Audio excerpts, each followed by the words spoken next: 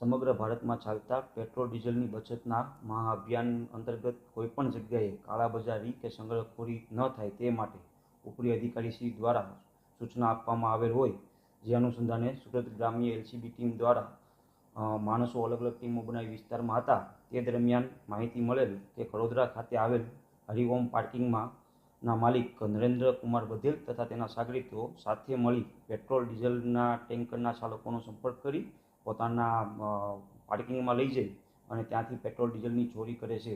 જે માહિતીના આધારે સદર જગ્યાએ રેડ કરતા નરેન્દ્ર બધેલ, મુખ્ય સૂત્રધાર મનોજ સેવક, એમના સાગરીત અને સુજીત કુમાર ટેન્કરના ચાલક નાઓને સ્થળ પરથી પકડી પાડેલ અને તેઓના વિરુદ્ધ કાયદેસર કાર્યવાહી કરવામાં આવેલ છે.